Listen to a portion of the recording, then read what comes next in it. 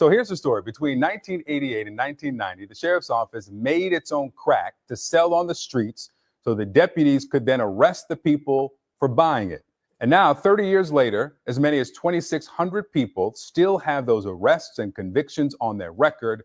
And Broward County State Attorney Harold Pryor wants to bring justice to those people. He joins me now. At a Greyhound bus station in a locker, there was about a kilo of cocaine, powder cocaine that was found. They decided to go to their crime lab and submit it to a chemist and cook up crack cocaine to then distribute in a reverse sting in primarily Black and brown neighborhoods, and also advantageously within 1,000 feet of certain schools. Some of the crack cocaine was lost during the reverse sting operations.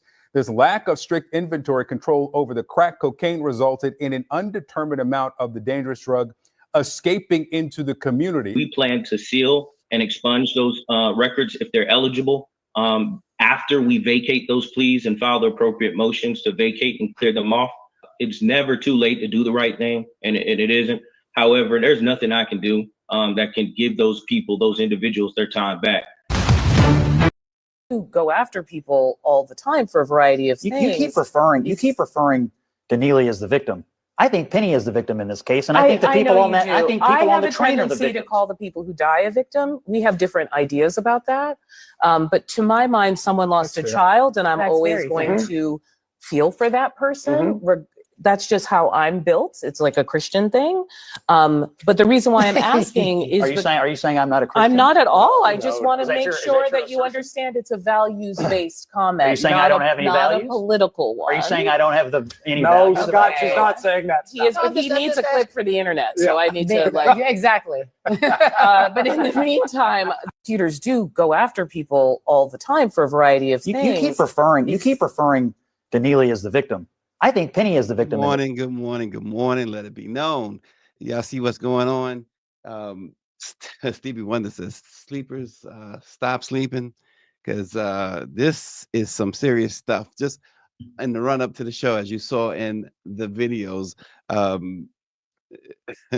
Daniel Penny, a victim. I saw a video, which really said a lot. I saw a video.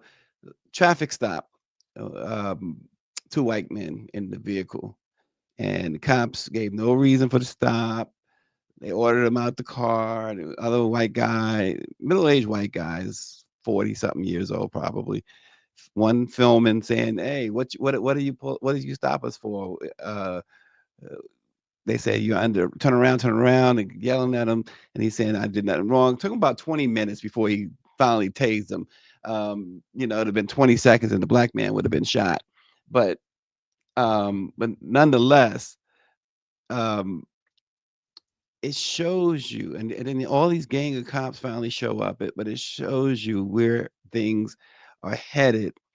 And now Trump and his selections that he's making.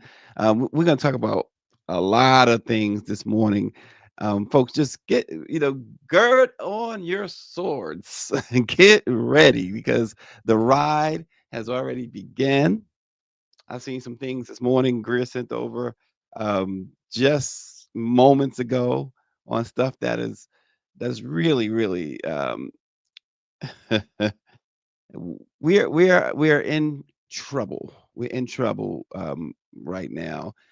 We got a lot to talk about. So I'm gonna start with the Federal Bureau of Prisons have confirmed the death of Rayful Edmonds III, a prominent drug kingpin back in the 1980s in DC. So you saw that report in the beginning here, where it was the law enforcement that manufactured their own crack cocaine.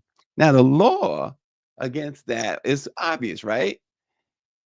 But also, they were selling within blocks of a school, which we know how many folks have been given like 20 plus years in addition to other sentences for selling near a school. But this is what they were doing under the guise that they were trying to get the bad guys. They are the bad guys. But the Federal Bureau of Prisons, and I mentioned all that because Rayful Edmonds was a huge notorious kingpin in DC back in the 80s. He died suddenly. Now, he had been released after 30 some odd years a few months ago, and died suddenly at a halfway house in Florida. Ironically, they released him to the custody of Nashville, Tennessee police or authorities, anyway, probation. And then he wound up in Florida, and he wound up dead. His attorney said he was extremely flabbergasted by the news, has no explanation as to why and how Rayful Edmond died. But he was called the king of cocaine. He had a army of dealers and mountain of profits, according to prosecutors. He made him a large figure, not just in DC's drug ring. He probably was the largest in DC's drug ring, but across the country, if not world. He was arrested back in April of 1989 and was sentenced to life in prison. Now, here's the thing. He became an informant eventually in jail because his mother also went down with him. His mother got a 14-year sentence, and so he started informing so that they would release his mom. Many, particularly Black men, would do that for their mom.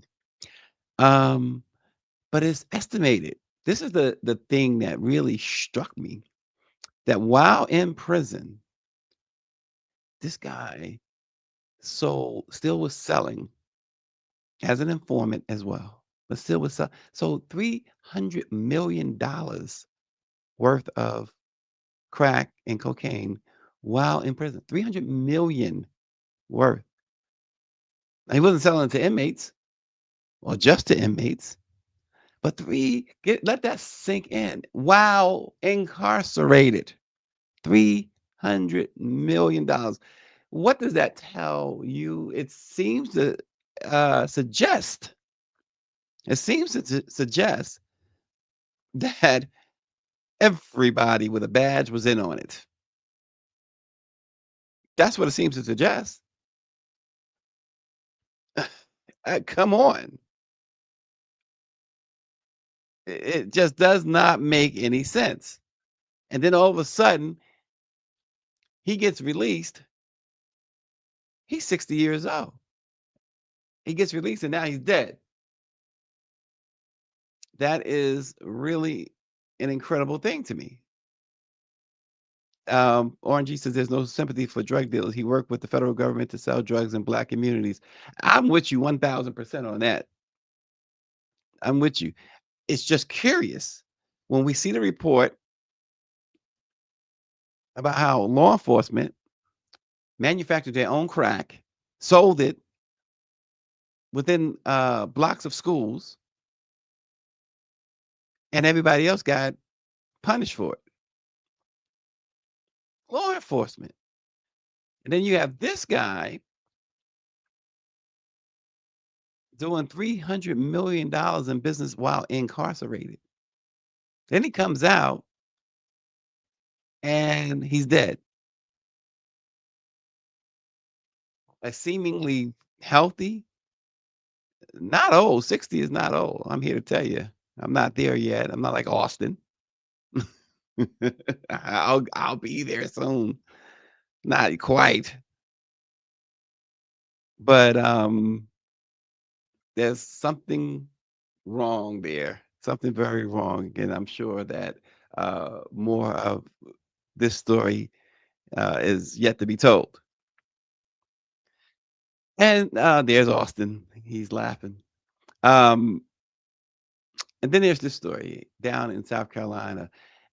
This really has been very interesting. This whole Roe v. Wade situation. Republican lawmakers in South Carolina have reintroduced legislation that would make abortion at any stage of pregnancy equivalent to murder under state law, and the individual would be subjected to the death penalty. The South Carolina Prenatal Equal Protection Act, which was introduced originally in 2023 but dropped from consideration earlier this year, has been refiled by State Rep Rob Harris. The bill has 7 other Republican co-sponsors and is set to be considered by the State House Judiciary Committee early in 2025. The bill defines fetuses and embryos as at any stage of pregnancy as legal persons, and defining any type of abortion, including those that happen before the state's 6-week abortion ban, as homicide, effectively creating a total abortion ban. Although the legislation's language makes exceptions for cases where a person's life is endangered due to their pregnancy or a miscarriage, critics of the original bill noted that the proposal requires a person to prove their own innocence in such cases, meaning that even those who meet the exception criteria could be subjected to criminal punishment. Notably, exceptions for miscarriages or to save the life of a pregnant person are rarely granted, as these kinds of laws generally have ambiguous language regarding exceptions, leaving health professionals unsure of when a situation qualifies. And the latest part of this bill, the life exception, requires reasonable steps to be taken before a life-saving abortion can occur, which results in lengthy delays to such care, including the cases where immediate action is necessary. You see where it's going? These Republicans make no effort to hide their far-right religious agenda in the bill. They refer to life as being, quote, created in the image of God, and the text of the bill in an attempt to justify its passage. Now, say all that was a mouthful, but the question, folks, and I'm sure many have been asking themselves, what is really behind this? What really is behind this? For them to go so good. I dare say that there are many who are for legislation like this, the men I'm talking about, and most of these, just about all of these who are leading these types of legislations around the country are men, because again, wanting to tell a woman what she can and cannot do with her own body. But I surmise, I have nothing to support this, so it's not a fact. It's just I'm surmising many of these guys have either paid for, forced, or pushed a woman to have an abortion. I just believe that. Their mistresses, their underage girlfriends. I believe that. Marjorie Taylor Greene continues to ring out in my head about what she said a few weeks ago when the whole Matt Gaetz situation was going on. She was threatening to expose all of her Republican colleagues for nefarious sexual type stuff. He said, according to her, illegal and nefarious. It's got to be something, David Youngblood. What is behind? What is the real? They say devil in the details. What's really going on with these wild, MAGA, crazy, right wing guys? What's really going on? Somebody hit me to it. RNG probably has an idea. He doesn't. He said, I think he got like 3 white friends, or 2, something like that. So maybe they can help give him some insight. But we need to know. I need to know for my crazy brain. The RNG says the majority of white women are on board with those white men who want to control their bodies. Yeah, they're on board in the sense that they will make sure, and they have made sure, that the right wing agenda, the racist agenda, gets passed, gets voted in over any of their interests, and certainly of people of color. If it means that their interest has to be compromised, they have raised their hand and jumped up to be first to give up their own interest if it means hurting people of color, hurting the poor. They are first in line. And so yeah, in that sense, they have allowed their men to totally dominate them. But that whole abortion thing, it really it mystifies me as to why that has become like one of the most important things for these conservative white men. And so I was hoping someone could shed some light on that for me. And I also saw like one of the influences who we talked to during the DNC, Sunny. I saw her explain to folks about the abortion pill, and even appeared to have taken it herself. I don't know if she, I don't know if it was just for uh, demonstration purposes or not, but stuff like that is going to be outlawed. It is already outlawed in many states, and you won't see a lot of that going on social media anymore, I surmise. But it's just it mystifies me in a way. So I'm looking for answers to that. As to, it's like somebody's obsessed, and you got a whole bunch of them obsessed with this issue. And I guarantee you that at least I believe that many of them have participated in some way in an abortion. Um, Also to show you just how crazy and how how things yeah, they're afraid of their own annihilation is what and I know that's certainly a big part of it, or at least a part of it, because we've talked about that before, with all of these census reportings and saying that by 2042 or whatever it is, that this is going to be a majority minority country. Oh, Shanae is chiming in. It's always good to see the Mrs. chime in. She says MAGA people want to make sure that they don't lose a pure race baby. So if no abortions, they will have to give birth. It's a pure race baby. That's certainly another part of it. RNG says his 3 white friends are hippies. They are anti-conservative, so they can't give him any insight. What use are you to us? What use are those 3 white friends of yours? They got to Come on, son. come on, son. Bobby Henry chimes in all the way from Fort Lauderdale. He says the Browning of America. Yeah, and so we've talked about that before. We've talked about that ad nauseum about the Browning of America and why, but it's got to be something even deeper. Or maybe it's not. Maybe it's just me. I'm being more like Greer now. Greer has become a conspiracy theorist, so I'm starting to share her that trait because she we sit down and have coffee, and she wondering why they give it to her in a white cup. There's got to be something behind that. Greer's conspiracy theorist now. She's a big time. She says the Browning of America as well. So she's agreeing with Bobby Henry. Cousin Trixie says she agrees with Shanae.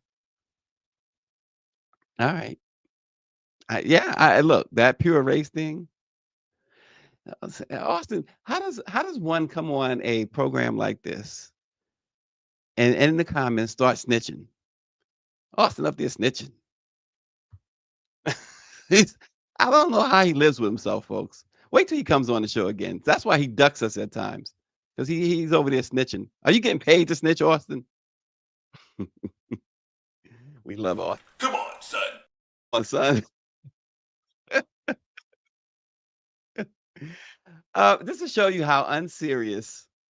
All right, I got more, before I get to that. More comments. Bobby Henry says, when you cook, browning is a process, and America is afraid of the process. They can't cook anyway. They put raisins in their potato salad. Y'all know that. Come on, sugar in their grits. Come on, son. Like, come on, son. It's the culture war. They fight the culture war when they can't govern on substance.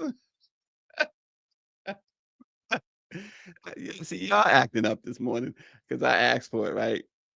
Not too much on my three white friends. Orangey says they will show up at a police station at 3 a.m. and demand my release. They will call the governor on the cops.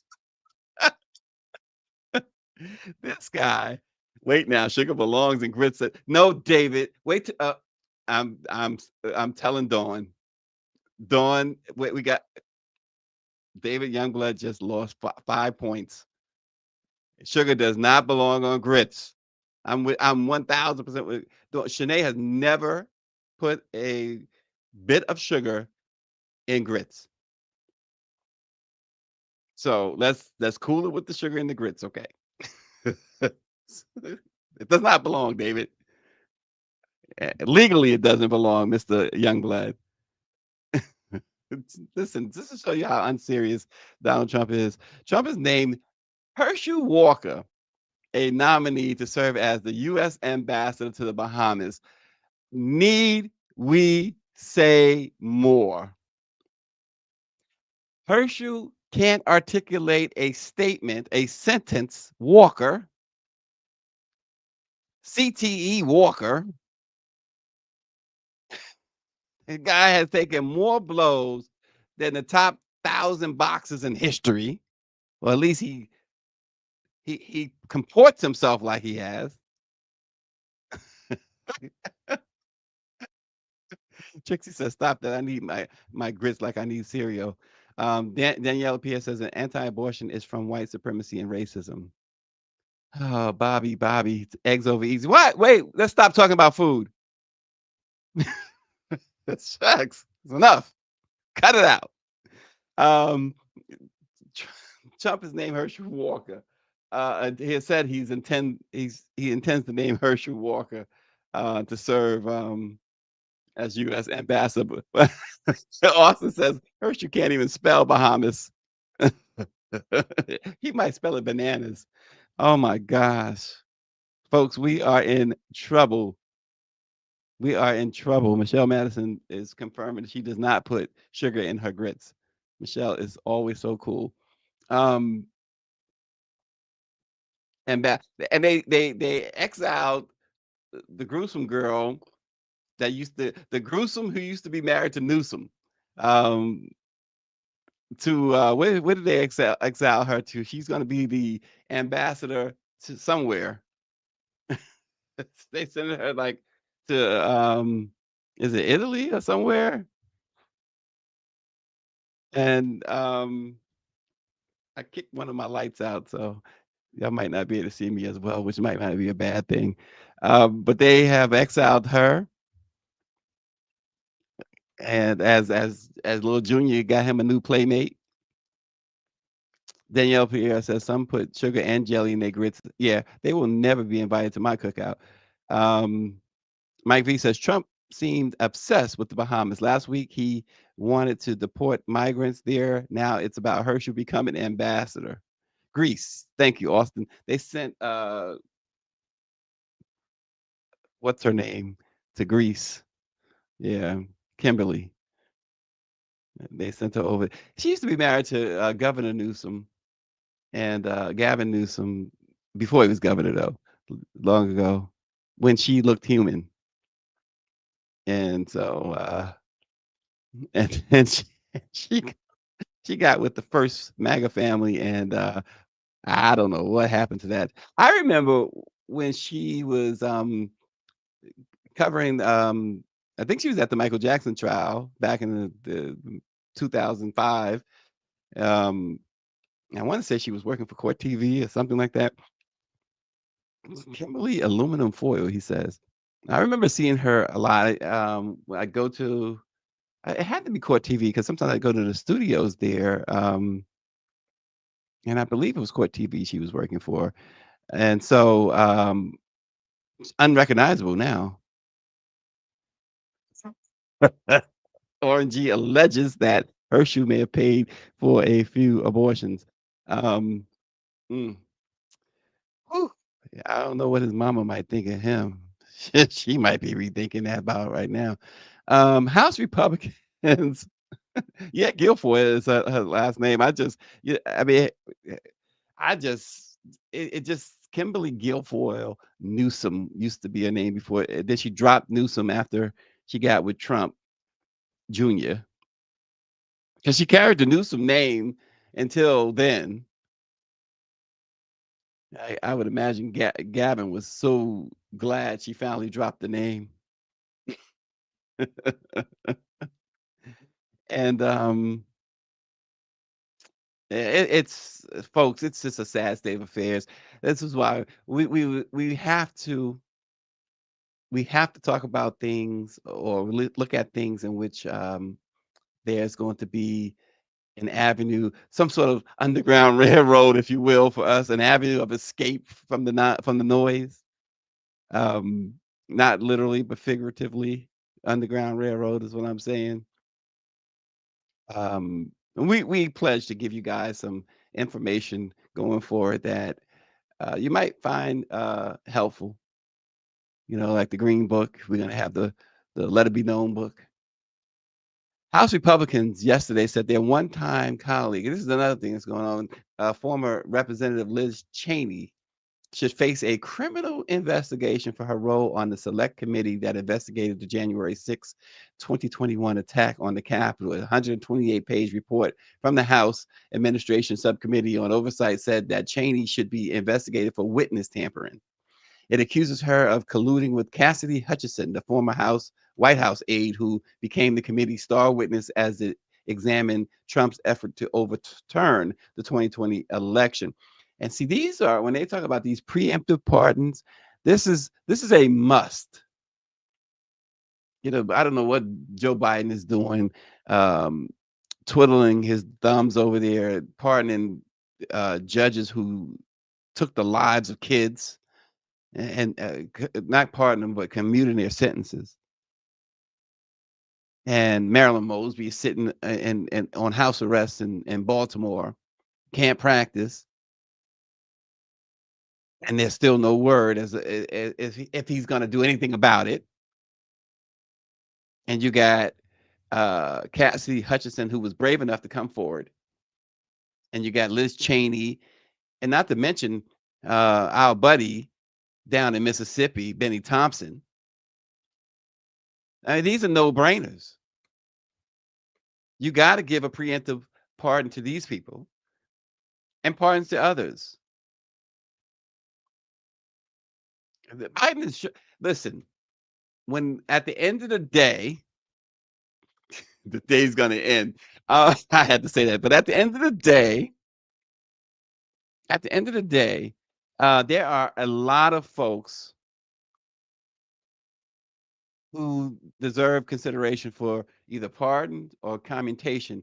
And, you know, with Biden planning to attend Trump's inauguration and all that dastardly stuff, and folks consider their legacy. You know, he had been preaching for 4 years about his what he has done for Black folks. And thank you. And we know we've given him credit for what he has accomplished. But at the end of the day, his stand or stance on things are still in question. His stance on people of color, Black people, it's still in question. There's a lot of people who question that because they continue to go back to that crime bill. And this idea of sitting with Donald Trump was diabolical and a slap in the face. He didn't do it for you, but for many folks, was he kissing the ring? Was that his way of kissing the ring? Oh, we highly respect those working in the White House, those like Roderica, who was on recently, Karine Jean-Pierre, of course, the press secretary, Erica Lowe. We have so much love and respect for those folks. And we know that they work for Joe Biden. And they have to understand that this is not a change in our view. This is not anything against them. But we have to wonder. Folks have used the "I'm friendly with black people" card many times.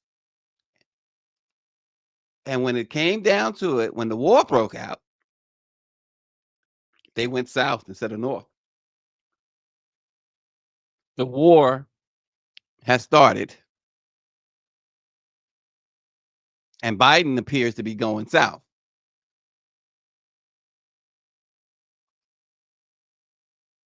Mike V says, I would think Trump going after Liz would bring her father and the legacy GOP in for a huge fight.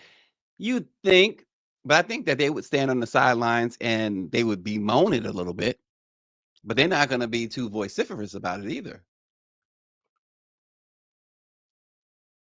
Because they don't want to lose their place in line on the food chain.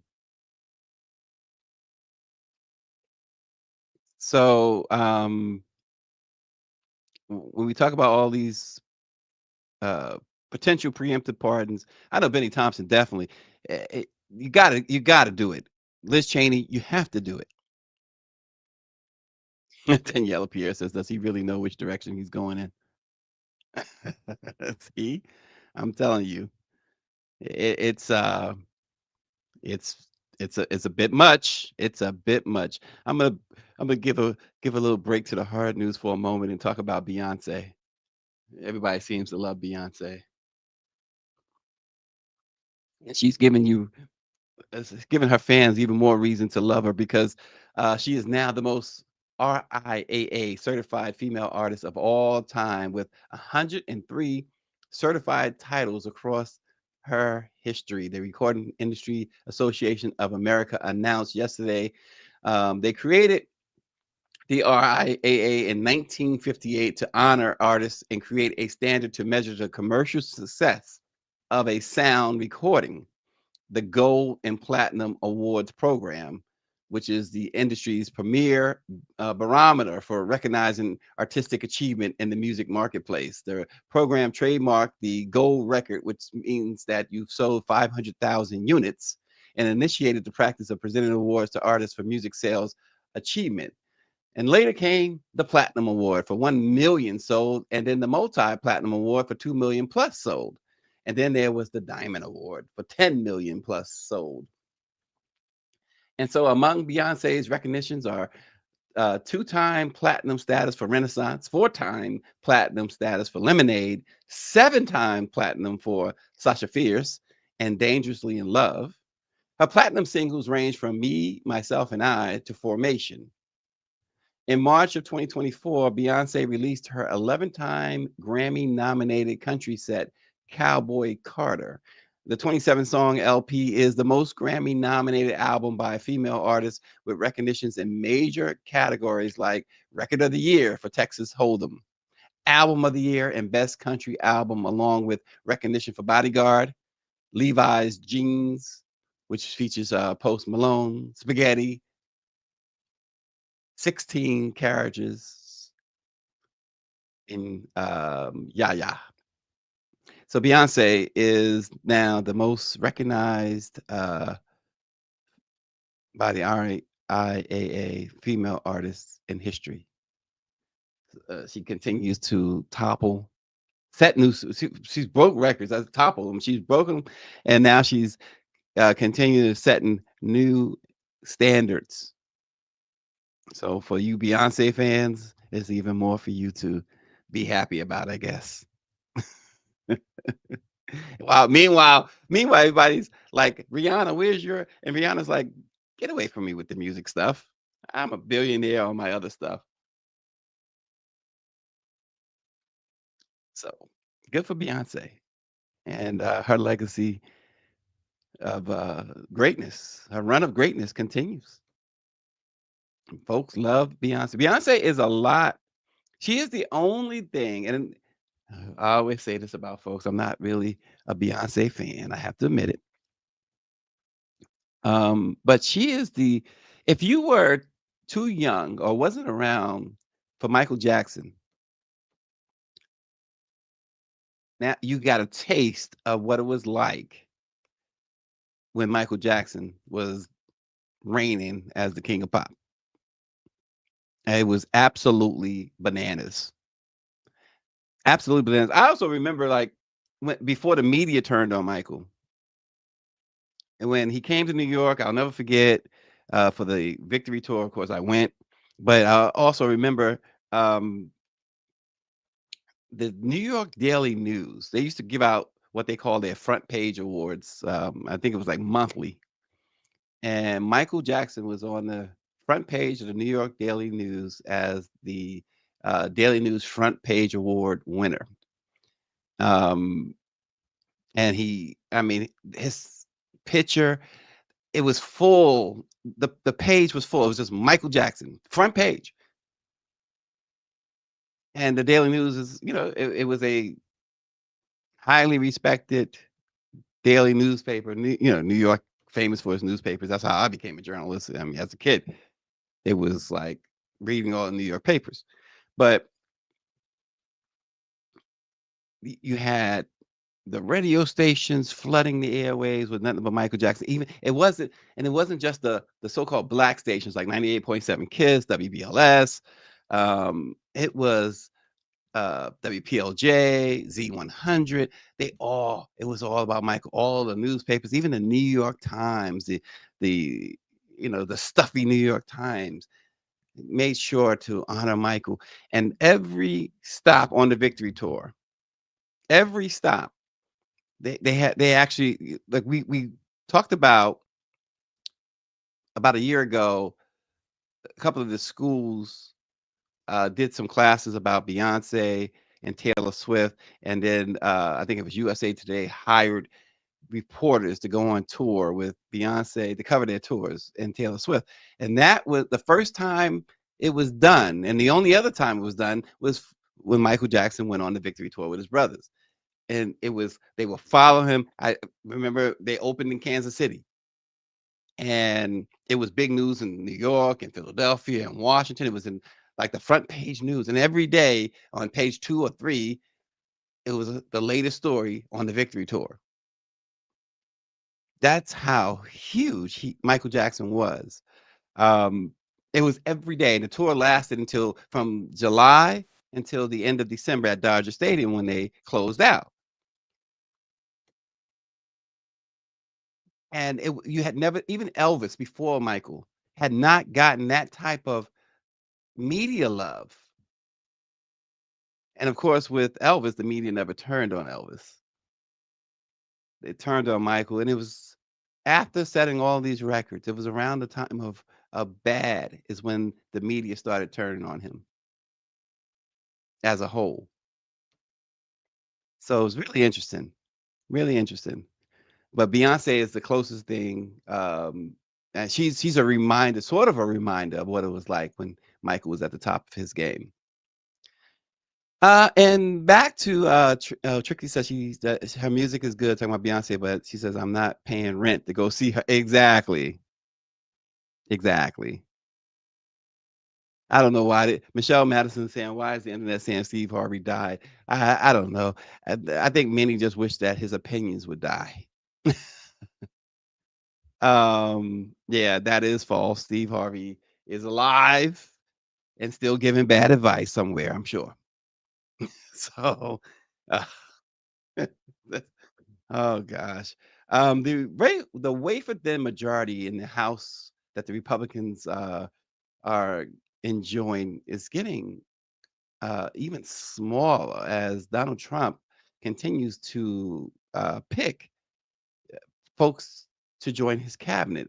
Representative Victoria Spartz, an Indiana Republican, announced that she would no longer sit on committees or participate in the Republican caucus so she could dedicate more time to the newly created Department of Government Efficiency, which is led by Elon Musk and Vivek Ramaswamy.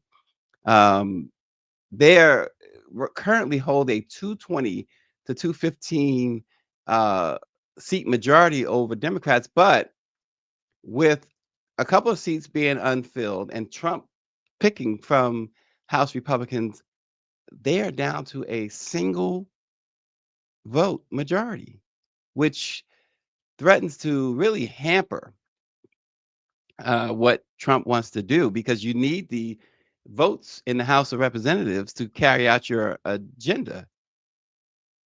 Uh-oh. Monique Daniel says that, first of all, Beyonce cannot sing. She's just a performer. Don't let the Bayhive come after you, girl. You're going to unleash the Bayhive. So I know Democrats are not complaining. So it just means that Hakeem Jeffries has a lot of work to do, and getting getting Democrats in line over at the House and making sure they stay on one accord, so they can potentially stop some of these Project 2025 policies that are going into effect. And yeah, of course, again, at the end of the day, folks show who they really are. Nancy Pelosi sabotaging Alexandria Ocasio-Cortez, one of my favorite politicians. If you gotta, I don't root for these guys, but if you have to have a favorite, make sure that it's somebody like AOC or Jasmine Crockett, who right now, see, the thing with politicians, they all at some point become for themselves. See, right now, AOC and Jasmine, and I'm not saying they're going to change, but they all change. Right now, they are truly trying to, they are having your best interests at heart. It's not, they're not yet bought.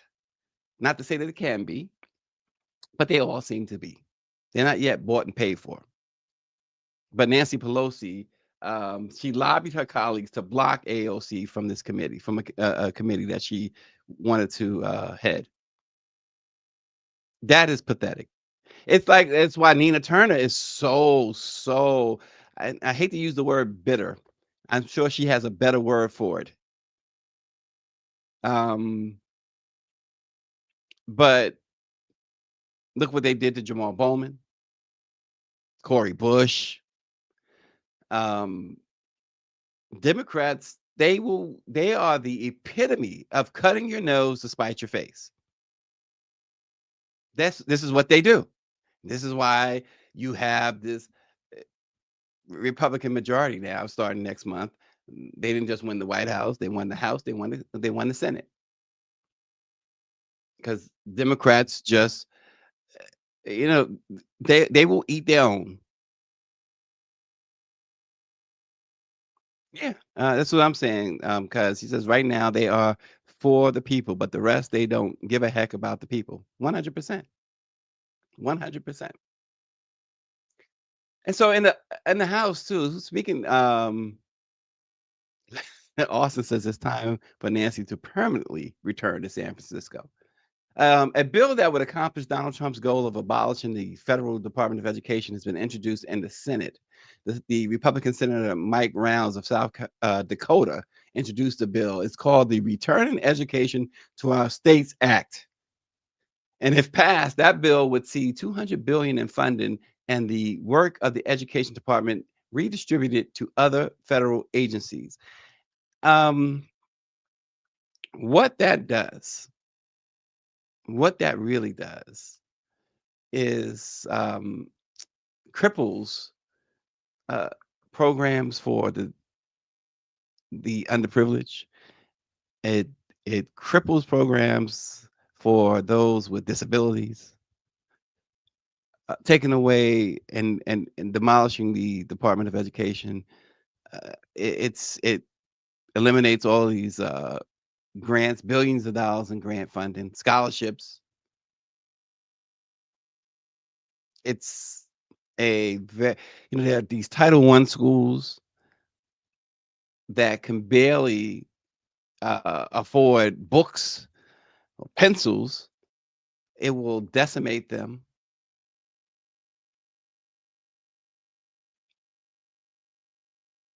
Davis is predicting that it will not be abolished. We can only hope it won't be. Only hope it won't be. And here's a story that's going to really infuriate many people. Derek Chauvin, a federal judge, has approved a motion for him to analyze his legal team anyway, to analyze heart tissue and fluid samples from George Floyd's autopsy to see whether George Floyd may have died from a heart condition. The former Minneapolis police officer is currently serving prison sentence on a federal conviction for violating George Floyd's civil rights. He filed a motion last year seeking to overturn the conviction, claiming in part that there is new evidence showing he didn't cause George Floyd's death. This guy eventually pleaded guilty in federal court and found guilty in state court.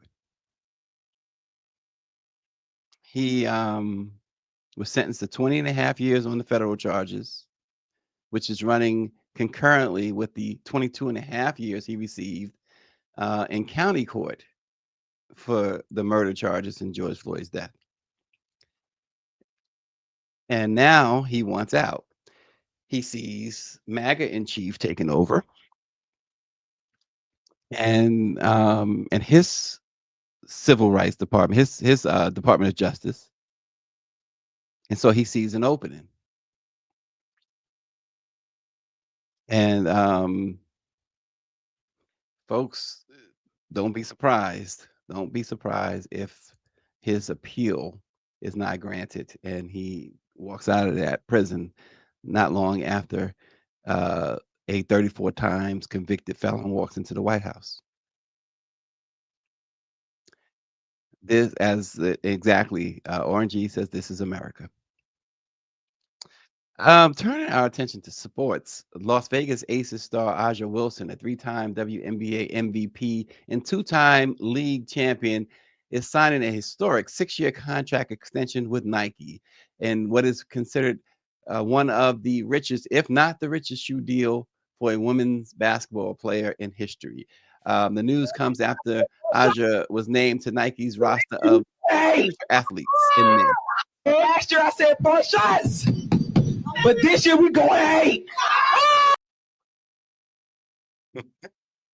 Are they excited? There's nothing like seeing these players excited. So this I don't know what that was about. The screaming. Says, of course, I have a shoe.com. She was named to Nike's roster of signature athletes in May and announced the launch of her signature shoe, A1, which will be released in early 2025 before the WNBA season begins. Her new deal is said to rank among the highest paid shoe endorsements in the sport.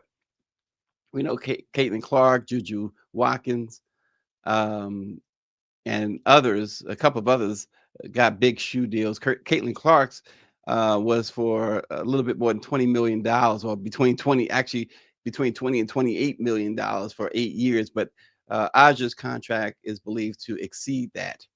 She's 28 years old, and she joined an exclusive club of WNBA players that include Lauren Jackson, Cheryl Swoops, and Lisa Leslie to win MVP 3 times. She was the first to win the award unanimously since Cynthia Cooper did so in 1997.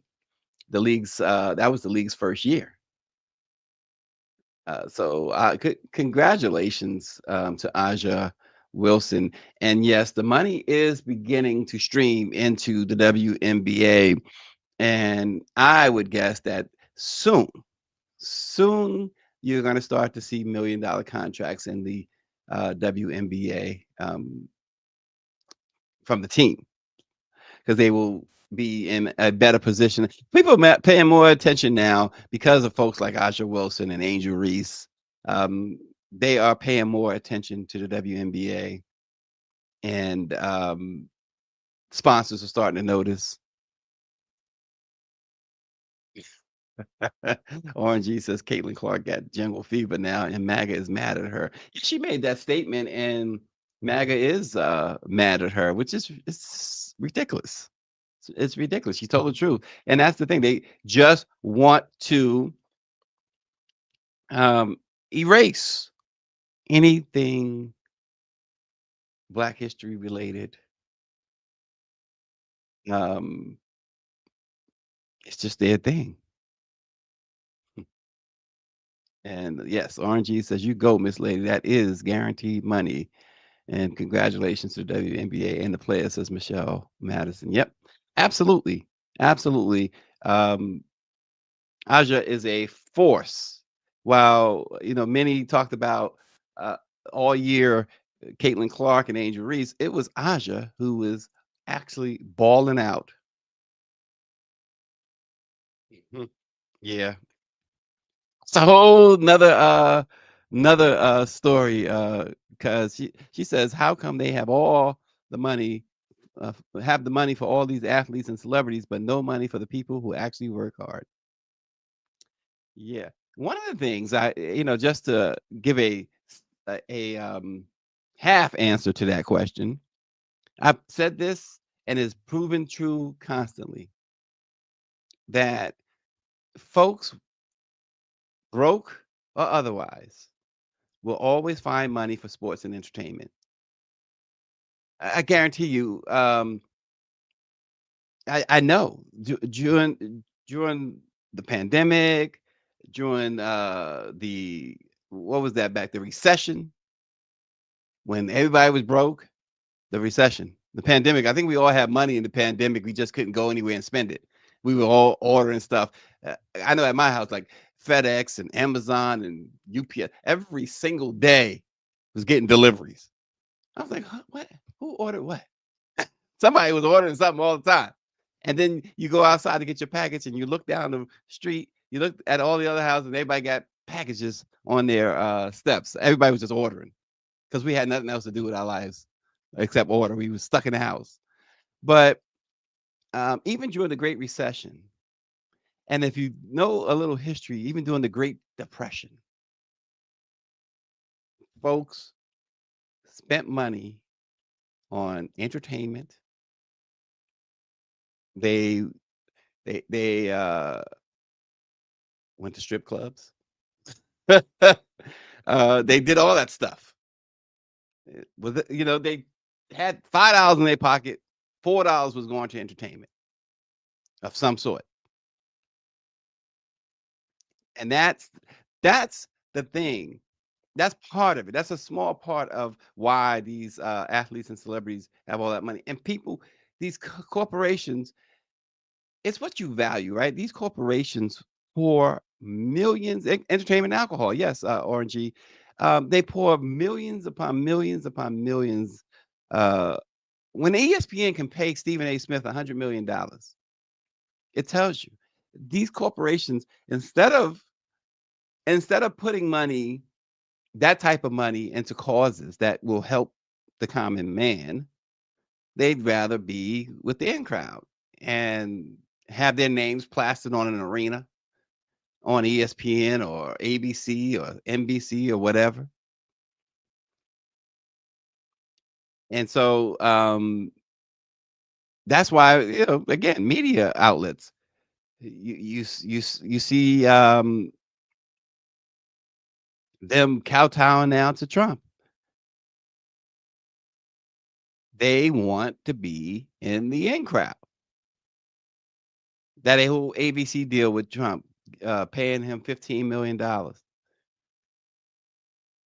Scarborough and his wife going down to Mar-a-Lago, kissing the ring.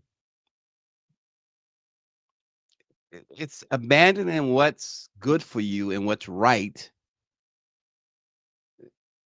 And there are folks who will rather than getting paid, they just want to be seen.